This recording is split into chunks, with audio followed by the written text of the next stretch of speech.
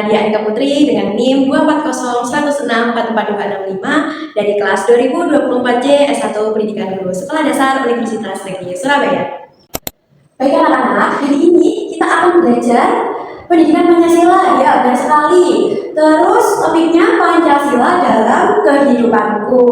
Kita akan membedah penerapan dari sila-sila Pancasila di lingkungan sekolah. Nah, kira-kira nih di lingkungan sekolah itu ada warga sekolah kan? Nah, yang termasuk warga sekolah ada siapa saja sih Bu? Jadi ada guru, kemudian ada siswa, ada penjaga sekolah, kemudian ada siapa lagi? Iya, tukang kebun, benar. Terus siapa lagi? Ibu penjaga kantin. Nah, itu disebut sebagai warga sekolah. Nah, siswa kan juga warga sekolah. Berarti kalian juga warga sekolah. Sebagai warga sekolah yang baik, kita itu harus apa? Menerapkan Pancasila di sekolah. Nah, tujuannya apa sih Bu? Tujuannya agar pada proses pembelajaran atau pada saat di sekolah kalian bisa belajar dan bermain dengan nyaman, seperti itu. Contohnya seperti apa Ibu? Ini contohnya penerapan sila pertama Pancasila di sekolah bersama teman. Yang pertama, ini ada apa nih gambarnya? Menjenguk teman sakit meskipun berbeda agama. Jadi kalau ada teman yang sakit harus dijenguk dan tidak boleh membeda-bedakan. Mau itu kaya, mau itu miskin, nggak boleh karena kita harus peduli, benar. Kemudian yang kedua, berdoa sebelum belajar di kelas. Wah, ternyata selama ini kalau kita sebelum belajar berdoa di kelas itu sudah menerapkan dari sila pertama Pancasila tanpa kita sadari. Nah, yang ketiga itu apa itu?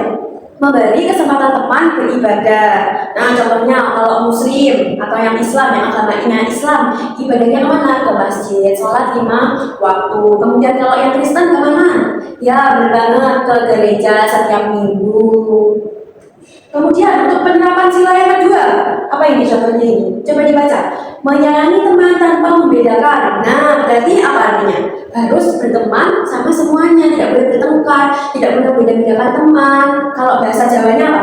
Gak boleh keoleh bolo-boloan. Nah, kemudian yang kedua, menolong teman yang membutuhkan bantuan. Ini gambarnya itu apa itu?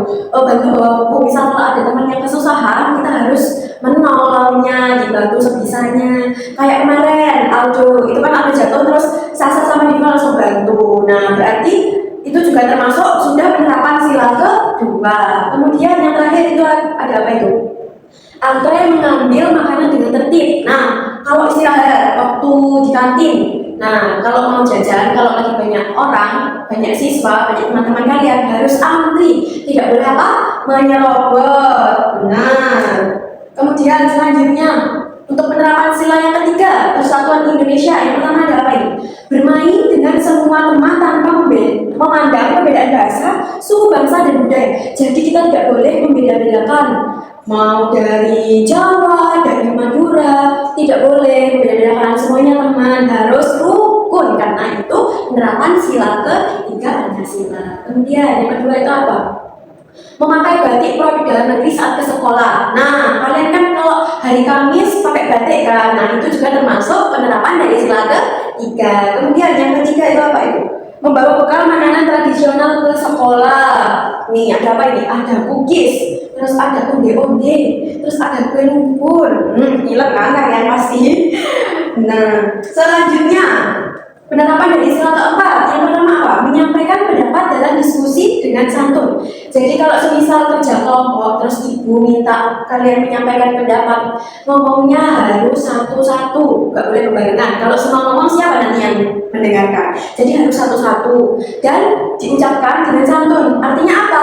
Gak boleh nyengak-nyengak, gak boleh marah-marah, ya, karena itu tidak sopan. Kemudian untuk sila yang keempat, mendengarkan pendapat teman saat diskusi. Jadi kalau waktu kerja kelompok, kalau ada teman yang berpendapat harus didengarkan, karena pendapat yang baik itu harus didengar. Kita tidak boleh apa? Meremehkan teman-teman yang lain. Kemudian sila yang keempat, menerima hasil diskusi dengan lapang dada. Contohnya apa ini? Pemilihan ketua kelas. Waktu semester awal kemarin kan ibu minta kalau kita ketua kelasnya pakai apa namanya? Pemungutan suara. Nah, itu kalau nggak sesuai apa yang kalian pilih harus tetap terima dengan lapang dada. Kemudian terakhir, penerapan sila dari kelima Pancasila. Ini ada apa ini? Belajar bersama teman untuk meraih prestasi. Nah, berarti kalau semisal ada yang sudah bisa materi ini, boleh belajar bareng sama teman-temannya supaya semuanya juga paham yang belum paham. Kemudian selanjutnya, memuji hasil karya teman. Nah, tuh dikasih jempol. Berarti kalau semisal kalau dia menunjukkan suatu karya, semisal waktu seni rupa menunjukkan gambarnya, nah dipuji. Bagus sekali loh gambaranmu. Nah, itu bentuk kita untuk menghormati. Kemudian yang terakhir, menyisihkan uang jajan untuk ditabung. Ayo, siapa di sini yang sudah mulai menabung?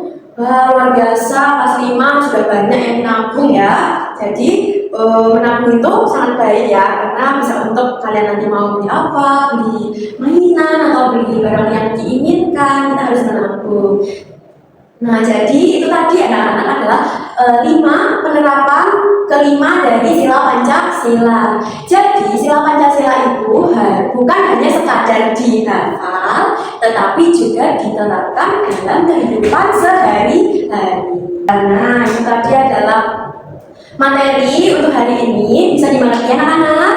Apakah ada yang ditanyakan? Sudah paham semua? Alhamdulillah.